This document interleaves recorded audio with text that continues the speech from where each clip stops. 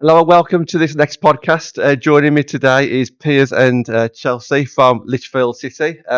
Very much thank you for having me and inviting me down. Really appreciate it. I haven't been here for quite a while and there's been a few changes which I'm sure we'll talk about as well. But first of all, just Piers, how are you recovering from winning the league? I feel 10 stone lighter if I'm going to be honest now. No, everybody involved in the club is just so happy with finally getting it over a line. A long season, which we were involved in multiple cups come towards the end of it, but we got the one that mattered over the line, so Yeah. we're all happy. Piers, I've never met you before today, and I appreciate us chatting on Instagram and coming down. I've heard your name for quite a few years, ever since I was following Stowbridge.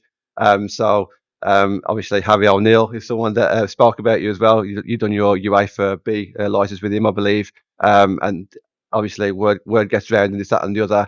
Tell us a little bit about your background before we get on to Lichfield City and their season. Yeah, so my background is I've been involved in women's and youth football now for 12 years. I finished youth football 2 years ago. I've been involved in setups like Solihull United Ladies, Solihull Moors, Lichfield, Redditch United, Kidderminster Harriers, and then after the merge from Solihull United Ladies to then Lichfield City. I've coached overseas in America. I've worked in also academies as well, and then I've also got my B license. Any favourites apart from Lichfield? I've got some memorable times at all clubs, but Yeah. I think winning the county cup with Kiddie, that was a special moment, and then staying up with Redditch United as well. That survival season, that lives fond in the memory as well. And Chelsea, just a bit about your role at the club now and your background. I know you've been here for quite a few years. So my job is the secretary of the club mainly. But anyone who knows me is I'm more or less a jack of all trades. I've dipped my toe into every role and responsibility you can possibly do in football. I started off as a player for Solihull and just naturally progressed into the secretary role because of my need for order and things like that. And I thought I can do a better job. And part of the transition from Solihull to Solihull United and then Solihull United to Lichfield. And this season, I've ended up in an assistant manager job. Last season, I was a player manager, so done a bit of everything. And I'm trying to retire from actually playing, but we'll see when that happens. Let's just talk to us a little bit about the transition then over the last 18 months. Obviously, you would have seen a lot of changes. I think you spent, was it 2 years in tier six and now obviously back up to tier five. Just talk to us a little bit. Start off with yourself, Chelsea, and then obviously just from a manager's point of view as well from like the last 18 months or so. I think as a committee member, I think trying to find stability in the women's game is so important. And trying to find the right people to work with you is essential because we know how it is. End of the season, there's all of the rumours and things like that flying around. But finding the right people who are there for the right reasons is essential. And we're not going to hide that we had some difficult times and difficult periods in previous seasons, which obviously resulted in relegation. Yeah. I think the 2 seasons at tier six was the reset that we needed as a club. It gave myself and Sadie a bit of a kick up the backside to, address what is the issue, what do we need to do, and one of our biggest things was stability and a proper foundation from us down to the players themselves, and the middle in between that is the staff. And thankfully the last 18 months, I joke about it as being probably the quietest of my last 10 years in women's football, which is quite an achievement. But I think that's down to Piers and the staff and the hard work that they've all put in this season. It's made it relatively easy for me. From your point of view. Yeah, I came in 18 months ago. It was just as I just got back off. I think it was about 3 weeks coming off a plane. Still jet lagged at that point. I had a call off Sadie. I kind of knew where this was going to lead to when I had a phone call off Sadie. And she wanted the best for the club and she wanted the club to move in a certain direction, and I completely supported the project. I came in, and yeah, it's been a whirlwind of a transformation from the club. I was saying this to Chelsea the other day. It feels like the rise of the phoenix, so to speak. We've seen a girls section now that's fully integrated with the women's department. They now wear the same kits as the women's first team and the men's first team. They have the same tracksuits. They have access to game days. There's mascots opportunities. There was a day for women's football here a few weeks back. We've got a squad now that is more than stable. It's competitive and it's got healthy competition inside of it. A backroom staff that is stable and structurally, the structural foundations are there to lead us forwards. And I ultimately think, we look at every department within the club. I really do feel what we set out to do, which was to create sustainability, structural stability, and inevitably the ultimate goal was to get back into tier 5. And I feel over the last 18 months, we've nailed every objective on the head, and now we can move on to bigger and better things. Yeah, you certainly mentioned quite a few things there away from the pitch, but Chelsea, let's talk about the start of the season, about thoughts about getting on the pitch, for example. He was finished fourth last season, 10 points behind promotion. What were your aims going into this season? I think a continued stability, which is vastly important, and an improvement on fourth place was always the main goal. It allowed us not to put too much pressure on ourselves almost. So we could say anything above 4 is an improvement.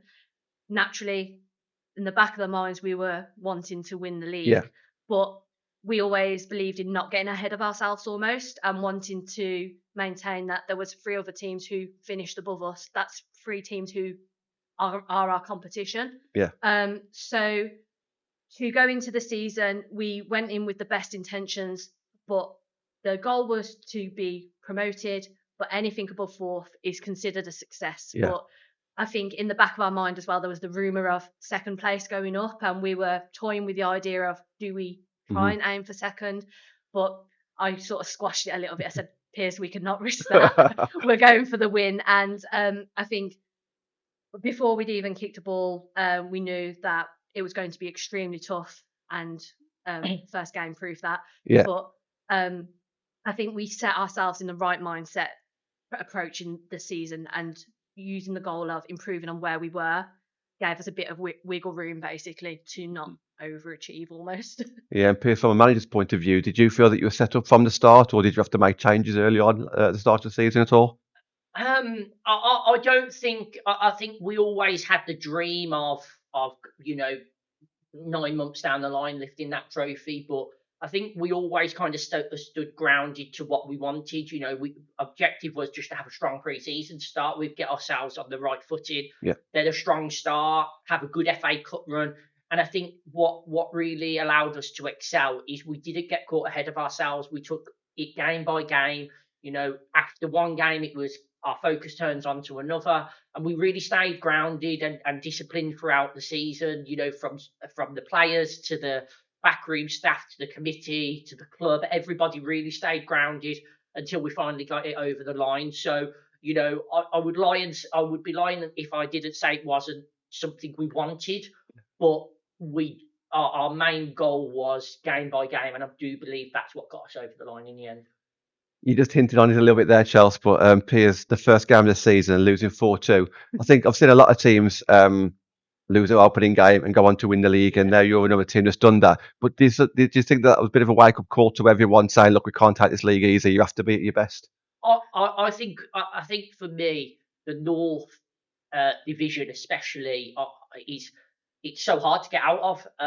It's a real physical, demanding, direct league where you have to be adaptable to the teams you play. And, you look at some really challenging moments, Chasetown, for example, Whitchurch away, we knew these games were going to be hard. And the Newcastle game, there was underlining factors to why there was the scoreline to why it was. But we won't shy away from decisions that was out of our control on that day. We knew then if we just couldn't let that be a repeat of that time, and the comments after the games were, don't let this hurt decide your season. You either bow down and you finish fourth, or you use this as the adrenaline you need to realise that we have to be on our game every single game without a doubt, and league position never matters, and that's the one thing I think we always took pride in, is we did really respect oppositions, no matter of league positions, because we knew one slip up and it was going to be out of our control. Well, there was no more slip ups then, because for the next six games, he was on a winning streak of 6 out of 6, and I've got some stats here: 31 goals and only conceding 2. So at that point, surely promotion must have been in your mind, thinking if we carry on the way that we're going, it's an actual possibility. I think promotion wasn't really on the cards until that final whistle after Walsall, if I'm going to be honest. But I think the moment where we kind of maybe could see that the eyesight was after Chasetown away, and I think that really gave us the belief. But I think for us, because we was in the FA Cup at that time, we were in the League Cup, we had objectives in all of them. It was very much of, like I say, it was game by game, and right, we're going through one competition to another. And I think what was nice to allow us to kind of re-find our feet was the run of cup games we had with the FA Cup, and we did have a good FA Cup run. But yeah, I don't think I would say, from myself, the committee, the club, and the players, promotion wasn't really in eyesight until after that Chasetown game. Yeah, you mentioned the cups there, and after that 6-game streak, you did end up losing in the County Cup again. That was to Newcastle Town, but you did win the following week in the League Cup. Just talk to me about that period of time by the end of January, because, like I say, you'd only lost one game. So, you lost 2 games, but to the same team. What was your mindset like, and the players? What was the vibe like? I think for us, I think especially coming off the back of Christmas, we had minimal training, minimal prep, and we kind of used that County Cup, because the County Cup out of the 3 competitions was our third priority. So we kind of used it to just trial a few things and ultimately dust off the cobwebs. And our approach was, the County Cup was a free hit, and it was all but used as like a warm-up game to what really mattered. Because I think at that point we had to start prioritising things. With the time of the season we was entering, we knew, yes, we want to go on all 3 fronts, but what's our priority this season? What's our priority? And we kind of got the look of the hand, so to speak, where we was handed a County Cup fixture first week back and not a league fixture. We certainly wanted that, just to kind of, it was that free hit, so to speak. So. And then it did give us that motivation and that kind of dusting off cobwebs to go again the following week, where we played league, and we got through to the next round of the league. Going into the final month, obviously he was in a good position, but you still had to play second place, third place, and fourth place. So that was Chasetown, AFC Telford, and Walsall. So even though you'd done all that hard work all throughout the whole season, hadn't lost the game since the opening game, it still wasn't going to be easy, was it? You couldn't switch off, could you? No, and I think that's just one thing, because we didn't look at league positions, we didn't look at teams objectively. It was another team in our way that we had to get 3 points, and we go back to that statement of the first game of the season. We knew we couldn't drop points, so every game for us was one that we had to win. We couldn't slip up. So we looked at Chasetown, we looked at Telford, and we looked at Walsall game by game, going, it's another challenge in our way to objectively trying to reach our end goals. And I think that's what we stayed grounded is, we looked at Chasetown, then we looked at Walsall, then we looked at Telford, and it was game by game. So we gave every team the respect that they deserved. And I think that small, keeping it simple, keeping it effective is what got us through that really challenging period of time. Before I ask Chelsea about the Walsall game, which was a fantastic game, I was there myself. Just talk to us a little bit about your cup runs then. Obviously, the FA Cup, County Cup, and League Cup. Would you consider it as a good cup run? Yes, yes. I think for us, you look at the League Cup. It was great. We finished in the semi-finals, I believe, of that. Quarterfinals of that. Going against a very solid quality opposition of Shrewsbury. County Cup, like I say, it was at the time. It was one that we wanted to just. It was a free hit, so.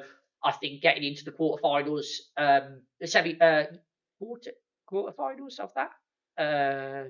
Quarterfinals of that. Sorry, we were very happy with, and then the FA Cup. The magic of the FA Cup, isn't it? So you want to try and go as far as you can for the financial rewards, but also the big trips out. I thought we did excellent on our cup runs myself, and hopefully something the committee with Chelsea and Sadie would agree as well. Yeah. So moving back to the league then, the final game of the season, if I remember correctly, you had a couple of 3 weeks to prepare for that as well. So I don't know if that works for you or against you, not having any competitive games. But just talk to us about the occasion as a whole, because it was obviously it was at Warsall's main stadium. It was a great day. I really enjoyed the evening. I got there a couple of hours early, as I tend to do. But what were your thoughts, Chelsea, on the actual occasion as a whole first? I think any opportunity to play in a larger stadium for any player is something you want to do. And we're really thankful that Walsall allowed us the opportunity again, because we played them there last season. We weren't better off in the result last season, so we did improve there as well.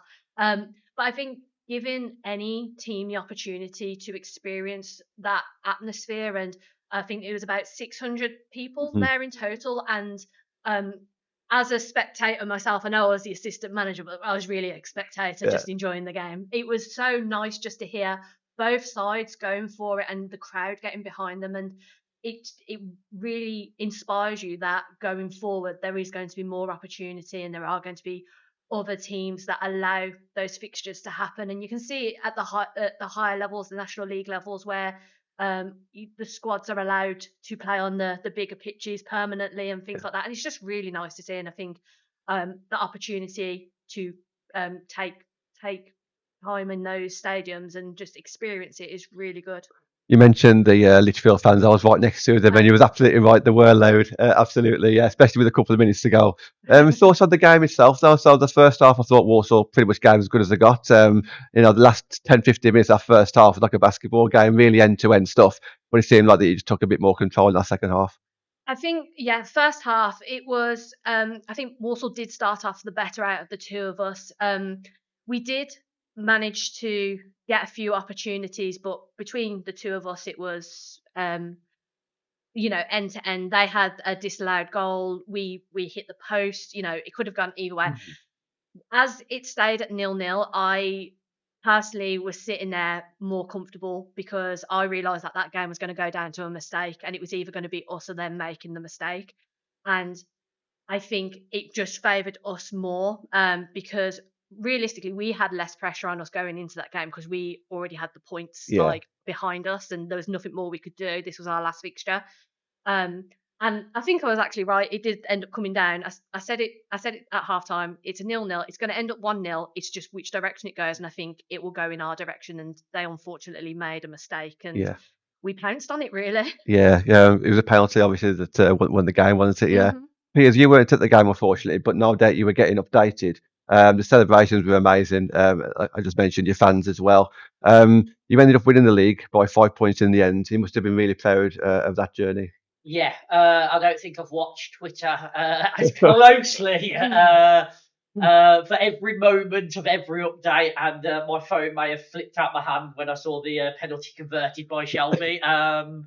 Look, I think massive. There was massive credit goes down to everybody. Especially the last month, the hours and tireless work Jack did in terms of prep and everything. His efforts was outstanding. The players' mindset was was outstanding. The real drive to just hunger and resilience, just see what was a very long season out. Sadie and Chelsea, you know, they're two people I hold close to my heart. So for them, I was so over the moon, and yeah, you know, it felt like a mission accomplished, but not a story that has ended by any stretch of the imagination. Any favourite memories at all? I think Chasetown away. It's got to be. Yeah, you it's know, gotta be that. hearing the phrase of can the game be finished already after 10 minutes when we were 3-0 down to of Shelby Rocket and winning the game for what was it, 6-4 in the end. In my whole entire coaching career, I don't think I've ever witnessed a comeback like that. To see, I'll describe it as seeing a league slipping out of our hands and vanishing as we spoke. To what was quite clearly a speechless and breathtaking moment. But I say about the resilience and the grit this team has, they don't know when they're beaten. They really don't. And the one thing I say with this group is they show up in big moments and their character shines through. And that just comes down to the camaraderie in the group we've got. So, you know, to go, if you could pull it back 3-0 to 3-3 would have been an outstanding result. But to come back, and I really do believe when it was 3-2, and even though it went 4-2 to Chasetown, we had the bit between our teeth at that point, and we knew. And the second half, we just went after them, and the way that we took the game, it was brilliant. And I think it was at that moment, in that time, you know, I said to Chelsea afterwards, I think after we had tried to get our colour back in our skin and to try and dye our hair afterwards, we kind of looked at each other and went, there could be a chance here. There could be a chance. I didn't say it out loud, but I think genuinely, I not to go against the grain of everything we've just said, but I think I knew at that point the league was ours, because you don't beat mentality like that to come back from 3-0 down after 10 minutes. Like most teams would have just done damage control. Let's try and not concede anymore. Our lot just did us proud, and I couldn't be happier. And I think from my personal point of view, that was the moment where I was like, we can't lose this anymore, and we can't. And you know, we had our moments. We're not going to lie. We made it interesting, shall we say? But I think that was the game of the season for me personally. A winning mentality obviously goes a long way, doesn't it? Yeah. You mentioned your team there. I don't know how to pronounce the surname. Is it Dilger or Dilger? Dilger. I did query it. So yeah, there was the league's leading goal scorer as well with 18 goals. Just a word on her and some of the other standout players this season. I think it's really hard to pick one standout player, to be fair, because we had such a fantastic group. But I think Court's.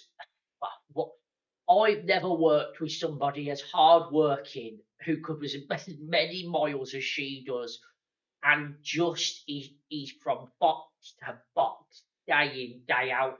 And I think she was a credit, but you know, she's only as good as the people that you surround yourself with, and the group, the quality of service she got throughout the season, the quality of the back line. I think Erica's another one that was a massive standout. Some of the saves she pulled off, you know, Chasetown in the FA Cup, Walsall at home, Walsall away, you know, there were some big moments, and I think everybody within their own right showed up from in the right times. But yeah, it was a fantastic achievement, celebrated by everybody's moments within the game. But yeah, we're just glad to get it over the line. And Chelsea, you've been in Tier 5 before with Lichfield. What can you learn from the last time that you were there to ensure that it's sustainable this time round? And do you think that you're set up for that as well? I think we have to go back into Tier 5 knowing it's not the Tier 5 that we left. I think the quality overall in all of the tiers has improved drastically. 6 was always hard to get out of the first time we got out of it, and do it again, which is great. But now we're going back into the belly of the beast, where Tier 5 is probably the new Tier 4 now in terms of standard. And you've got competition from the likes of Hensford, Port Vale, all of those kind of clubs who are leading the way for women's football and achieving a lot on and off the field. I think from our point of view, it is ensuring that sustainability is kept and maintaining our standards and going into it not naively, but approaching it as, okay, we're the underdogs coming back into this, and it'll be easy to write us off from the beginning. But from my point of view, anything that keeps us in five is a success. Just coming here tonight, obviously I can see your setup that you've got out there at the moment, and I've seen some kids on the pitch as well. The actual facilities, your bar area, the actual ground itself, the pitch looks absolutely amazing. I can see there's a lot of good things about like a tier 5 side out there. Commercial wise, you spoke about that already as well. Do you think that you're set up like volunteer wise and commercial wise, social media wise, all this kind of stuff as well? Is that something that's going through your head as well now that you've been promoted? The word social media always goes through my head because unfortunately I'm in charge of that at the Oh. moment, and I can't stand it. Like, I'm not a social media person. It doesn't. I ended up doing it, and I'm not half bad at it. But unfortunately for me, but 10 out of 10 job. I think genuinely, like, any grassroots football club runs on the goodwill of volunteers, and if you find someone who's got a strength and we can utilize it, then we'll take that on board. I think you can never say that you're complete. You're always striving to improve, and there's always going to be someone out there with a new idea or a new opportunity that I may have not considered because it's not in my field and things like that. And I think we've got the foundations that we need, but we're always striving to improve. And anyone who has those skills and may not consider football as utilizing them and wants to reach out, we're always willing to have a conversation. Even if it doesn't work for us, we'll always point you to someone else because we value what people have to offer. That's great to hear, yeah. And the final word from yourself, Piers, going into the summer, probably having a little bit of a break from Lichfield from what you were saying on messages, but fit and ready to go for next season.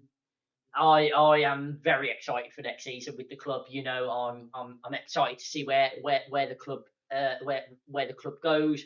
I'm excited to be involved and support, and I'm excited to see what challenges await in Tier 5.